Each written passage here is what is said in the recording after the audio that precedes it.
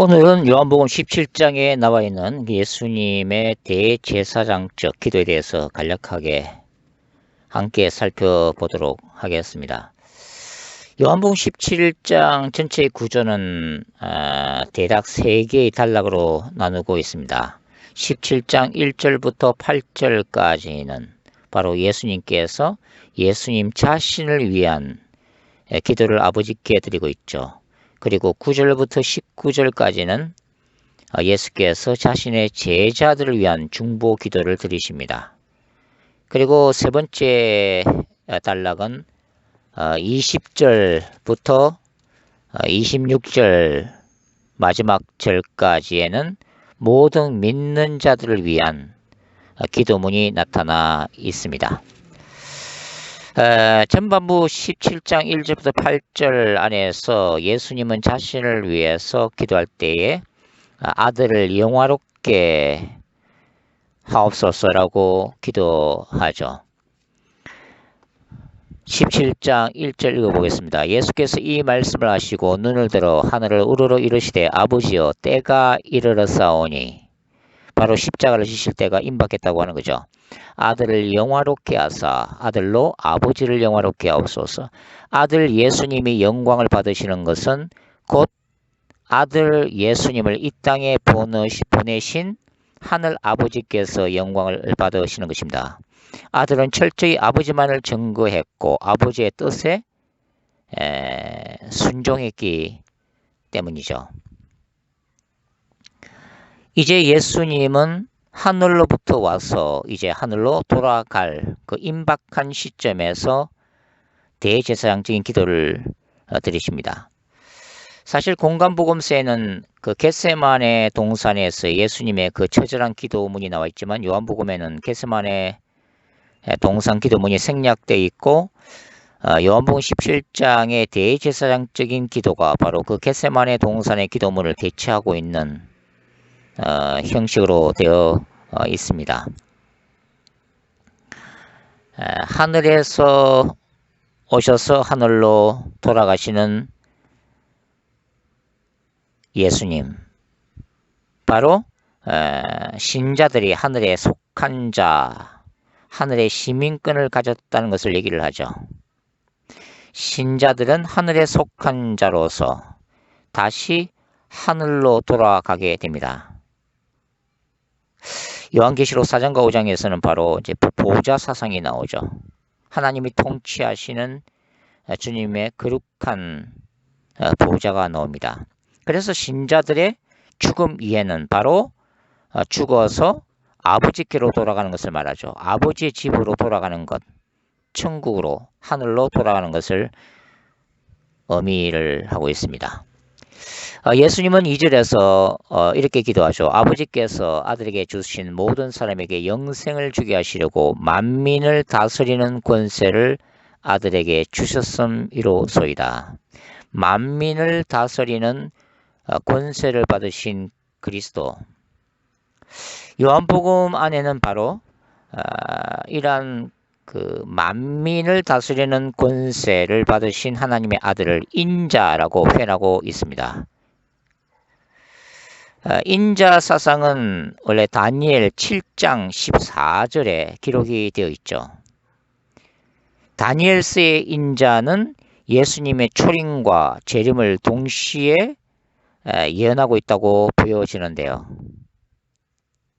바로 메시아 왕국의 도래를 통해서 하나님의 나라를 기업으로 받으신 그리스도의 즉위식이 나타나는 것이 다니엘 7장입니다.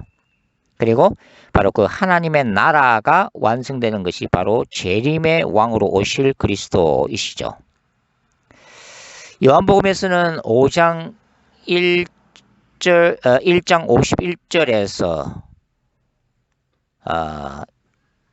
하늘과 땅을 연결하시는 중보자 되신 예수 그리스도, 인자 위에 천사들이 오르락 내리락 할 것이라는 이 말씀에서도 바로 하늘과 땅을 연결하는 절대적인 권세를 가지신 인자의 모습이 나타나 있죠. 그리고 요한복음 5장 27절에도 인자에게는 심판하는 오소리티, 권세, 엑수시아가 주어져 있음을 예수님이 말씀하십니다.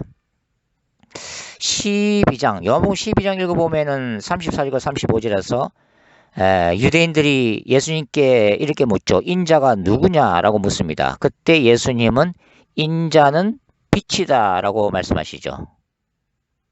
이 세상의 빛으로 오신 예수님이 바로 인자라고 말씀하고 있습니다.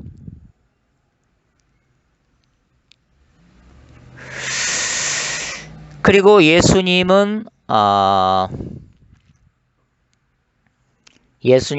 그 5절 말씀에서 이렇게 기도하고 있죠. 아버지여, 창세전에 내가 아버지와 함께 가졌던 영화로서 지금도 아버지와 함께 나를 영화롭게 하옵소서. 역시 요한복음 17장 이 기도문에서도 바로 선지하신 그리스도 사상이 나타나고 있죠. 창세기 1장에서 태초에 하나님과 함께 천지를 창조하셨고 그 영원전에 아버지와 함께 계셨던 그 말씀, 그 부분이 이 17장 그 5절에도 나타나고 있음을 우리가 볼 수가 있습니다. 예수님은 제자들을 위해서 기도하실 때에 제자들을 보존하게 해달라고 하는 기도가 등장이 되죠. 10절부터 한번 읽어보겠습니다. 내 것은 다 아버지의 것이요 아버지의 것은 내 것이온데 내가 그들로 말미암아 영광을 받았나이다. 나는 세상에 더 있지 아니하오나 그들을 세상에 있사옵고 그들은 세상에 있사옵고 나는 아버지께로 가옵나니 거룩하신 아버지여 내게 주신 아버지의 이름으로 그들을 보존하사 우리와 같이 그들도 하나가 되게 하옵소서. 12절 내가 그들과 함께 있을 때에 내게 주신 아버지의 이름으로 그들을 보존하고 지켰나이다. 제자들을 보호해달라고 하는 예수님의 기도가 나타나 있습니다. 14절과 15절도 읽어보죠. 내가 아버지의 말씀을 그들에게 주었사오매 세상이 그들을 미워하였사오니 이는 내가 세상에 속하지 아니함같이 그들도 세상에 속하지 아니함으로 인함이니이다. 내가 비옵는 것은 그들을 세상에 데려가시기를 위함이 아니요 다만 악에 빠지지 않게 보존하시기를 위함이니이다. 굉장히 중요한 구절이라고 생각합니다. 예수님이 빛으로서 어둠의 권세로부터 박해를 받았듯이 예수님을 따르는 빛의 자녀들도 어둠의 권세로부터 핍박과 박해를 받을 것이라고 하는 것입니다. 예수님이 세상에 속하지 아니한 것처럼 제자들도 세상에 속하지 아니했기 때문입니다. 따라서 요한의 가르침을 받는 이 요한 공동체는 세상에 대해서 배타적인 공동체였다고 말씀을 드릴 수가 있습니다. 바로 세상으로 표현되는 어두움과 진리로 표현되는 빛 가운데에 일어나고 있는 끊임없는 투쟁의 역사, 바로 제자들로 표현되는 이 빛의 아들들이 이 세상에 속한 어둠의 권세를 대적해야 하는 거룩한 전쟁 개념이 변함없이 예수님의 대제사장적 기도에도 나타나고 있죠. 사탄의 왕국을 대항하는 바로 하나님 나라의 투쟁 시작입니다. 예수님은 제자들을 세상으로부터 도피시키기를 원치를 않습니다. 제자들은 여전히 죄악된 세상에 사탄의 권세하에 있는 세상에 남아 있어야죠. 왜냐하면 바로 그 사탄의 나라에서 하나님의 나라를 확장하고 하나님의 영광을 드러내고 또 어둠의 메인 영혼들을 구원시키는 사명이 제자 공동체에게 주어져 있기 때문입니다. 그래서 현실 도피가 아니라 현실 부인도 아니고 다만 악에 빠지지 않게 하나님이 보호해 주실 것을 기도를 하고 있습니다. 공간복음서에 나오는 바로 주기도문의 후반부에서 너희는 이렇게 기도하라.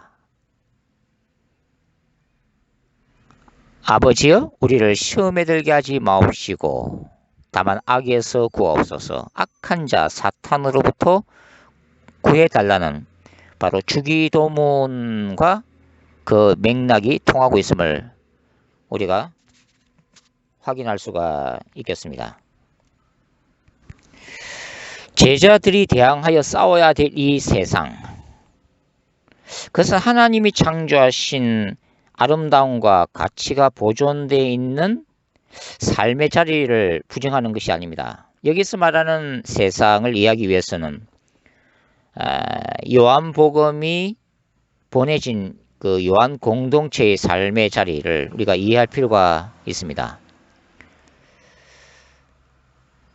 요한 공동체가 처한 상황은 크게 세 가지로 볼 수가 있죠. 첫 번째는 이 요한 공동체가 유대인 공동체라기보다는 유대인 그 크리스천 공동체라기보다는 바로 이방인 신자들로 구성된 공동체로 보기 때문에 바로 그 로마 제국, 그 당시 세상을 다스리고 있었던 그 로마 제국의 황제 숭배 사상, 로마 황제를 신으로 섬기는 그 황제 숭배 사상과 싸워야만 했습니다. 그 중에 하나가 바로 로마 제국에서는 로마 황제를 곧 신의 아들로 선포를 하고 로마 황제의 신전을 짓고 로마 황제를 신으로 섬길 것을 강요를 했죠. 그래서 이 공동체의 상황은 바로 요한계시록이 처해 있는, 요한계시록의 소아시아 7교회가 처해 있는 상황과 흡사하다고 말씀을 드릴 수가 있습니다.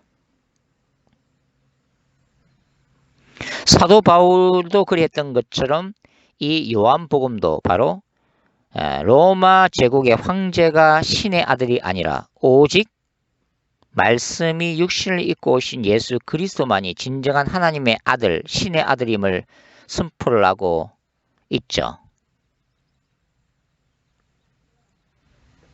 세례 요한은 요한복음 1장에서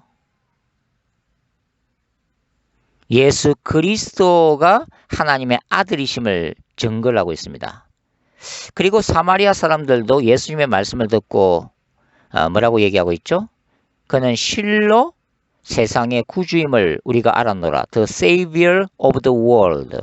소테르, 구원자라고 고백을 하고 있습니다. 이 소테르라고 하는 헬라는 로마 제국에서 로마 황제를 이 세상의 구원자로 선포했던 이데올로기를 반박하고 있는 거죠.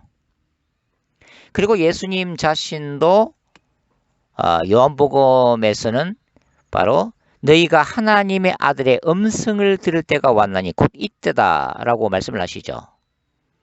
그리고 요한복음 11장에서는 바로 마르다가 예수님에 대해서 주는 그리스도시요 세상에 오시는 누구라고요? 하나님의 아들이심을 내가 믿나이다 라고 얘기하죠.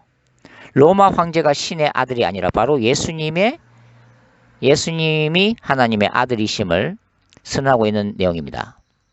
이것이 반로마 제국 이데올로기의 사상이죠. 두 번째가 이 요한 공동화 취해 있었던 상황이 뭡니까? 반유대주의입니다. 그래서 요한복음은 이미 여러분에게 말씀드렸다시피 요한복음 2장에서 반예루살렘 성전 선포로부터 시작하죠. 즉 성전을 헐어버리라 하는 그 반유대적인 진리를 선포하고 있죠. 그리고 세 번째가 반영지주의입니다. 그래서 요한복음은 육체로 오신 예수님이 육신을 입고 이 땅에 오신 신성 하나님의 아들로서의 그리스도를 강조하고 있는 거죠. 성육신 사건을 강조하고 있습니다. 이런 것들이 바로 요한 공동체가 대적해야 했던 바로 세상입니다. 그러니까 이 세상이라는 것은 사탄적인 가치, 사탄적인 이데올로기 또는 사탄적인 사상이 지배하는 그러한 어찌 보면 세계관과의 영적 전쟁이 바로 요한복음이 예수님이 기도하시는 바로 세상과의 거룩한 전쟁이라고 말씀을 드릴 수가 있겠습니다. 바로 오늘날도 우리도 그러하죠. 우리는 이 시대에 우리는 세계관과의 전쟁이 일어나고 있습니다. 제가 언젠가 말씀드렸다시피 오늘날의 교회 공동체는 뭐하고 싸워야 돼요? 바로 종교다원주의, 동성애, 뉴에이지 사상, 그리고 돈, 권력, 섹스를 신으로 섬기는 신바알 숭배 사상, 이런 사상과 싸워야 되는 것이 바로 현대 교회가 치러야 될 거룩한 전쟁이라고 할 수가 있겠습니다. 예수님은 제자들을 보호해달라고 기도를 하면서 17절에서 이렇게 또 기도하십니다. 그들을 진리로 거룩하게 하옵소서. 아버지의 말씀은 진리입니다. 제자들을 진리로 거룩하게 해달라고 기도하고 있습니다. 거룩함이란 뭡니까? 바로 separated from the world입니다. 세상으로부터 구별되는 것이 바로 거룩함이죠. 그 다음에 제자들을 세상과 구별되는 삶을 살도록 만드는 중요한 수단이 뭘까요? 예수님은 그것이 진리라고 말씀하고 있죠. 그들을 진리로 거룩하게 하옵소서. 아버지의 말씀은 진리입니다. 그리고 그 진리는 곧 아버지의 말씀이고 그 아버지의 말씀이 바로 성경이라고 하는 거죠. 그래서 이 바이블, 성경은 신자들의 삶과 세계관의 기초가 되는 유일한 문서입니다. 성경은 사실 타 종교나 또 일반 종교 철학 사상과는 구별되는 신자들이 모든 것을 분별해내야 될 캐논, 바로 표준이고 잣대가 되는 것이죠. 그리고 예수님은 또 중요한 기도를 하시는데요. 바로 그것이 제자 공동체의 하나됨이라고 말씀을 드릴 수가 있습니다. 그것이 17장 예수님의 대제사장 기도에서의 후반부에서 중요한 주제로 나타나고 있죠. 21절만 읽어보겠습니다. 아버지여, 아버지께서 내 안에, 내가 아버지 안에 있는 것 같이 그들도 다 하나가 되어 우리 안에 있게 하사 세상으로 아버지께서 나를 보내신 것을 믿게 하옵소서. 하나 되는 공동체입니다. 하나 되는 공동체. 예수님이 제자 공동체에게 주신 공동체 안에서의 하나됨이죠. 바울도 이 공동체의 하나됨을 자신이 받은 그 복음의 진리 중에 하나로 설명하고 있죠. 바울 신학에서 중요한 주제 중에 하나입니다. 바로 바울이 이해했던 교회 공동체는 뭡니까? 자신이 구약의 그 율법이나 예언서에서 말하고 있었던 하나님의 놀라운 경륜이 뭘 통해서 이루어졌다고요? 바로 이 땅에 예수 그리스도를 머리로 해서 세워진 교회 공동체를 통해서 이루어졌다고 하는 그것을 복음의 비밀이라고 말하고 있죠. 유대인과 이방인이 하나 되는 종말론적 공동체입니다. 그래서 바울의 교회로는 이 교회 공동체에서는 예수님이 십자가에서 화평을 이루사 그리스도를 통해서 하나님과 죄인된 인류가 하나 되게 만드셨던 것처럼 이것을 바울은 로마서 5장에서 화해의 복음이라고 부르죠. 바로 교회 안에서조차도 이방인과 유대인의 장벽이 무너지고 남녀노소 간의 장벽이 무너지고 사회 빈부 계층의 모든 직분이 초월되어서 오직 예수 그리스도 안에서 하나 되는 공동체를 바울은 강조를 하고 있습니다. 요한복음의 중요한 신학이 뭡니까? 그리스도 안에 제자들이 있고 제자들 안에 그리스도가 있는 것입니다. 예수께서 아버지 안에 계시고 아버지가 예수님 안에 계신 것처럼, 그러면 그렇게 완전한 연합, 하나됨의 그 도구가 뭐라고요? 바로 말씀이라고 하는 것입니다. 예수님은 아버지가 주신 말씀을 통해서 아버지 안에 있습니다. 그리고 아버지는 그 아버지의 말씀을 순종하는 예수님 안에 계시죠. 마찬가지로 제자들은 예수님이 주신 말씀 안에 있을 때 예수 그리스도와 완전한 연합이 되는 것입니다. 그래서 요한복음의 신학은 바로 이 말씀 안에 거하는 것을 굉장히 강조를 하고 있다는 것을 우리가 알 수가 있습니다.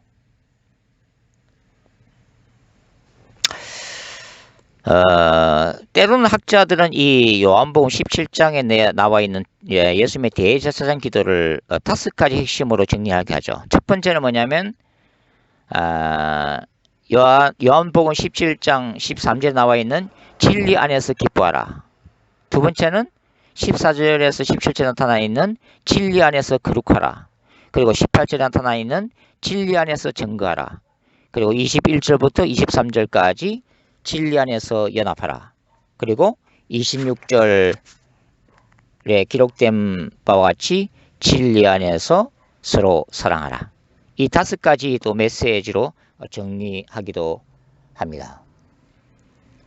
예수님은 요한복음 17장을 통해서 하늘의 영광을 이제 입으실 그리스도 자신을 위해서 기도하시고, 이 땅에 남아서 예수 그리스도를 주님 오실 때까지 증거해야 할 제자 공동체를 위해서 기도하시고, 그리고 제자들 이후에 모든 오고 가는 세대 가운데 예수님을 믿는 모든 믿는 자들을 위해서 기도하시죠. 요한복음 17장의 예수님의 기도문은 여전히 이 땅을 살아가는 저와 여러분에게 소중한 통찰력을 주시는 주님의 권세 있는 기도임을 우리가 알 수가 있습니다. 감사합니다.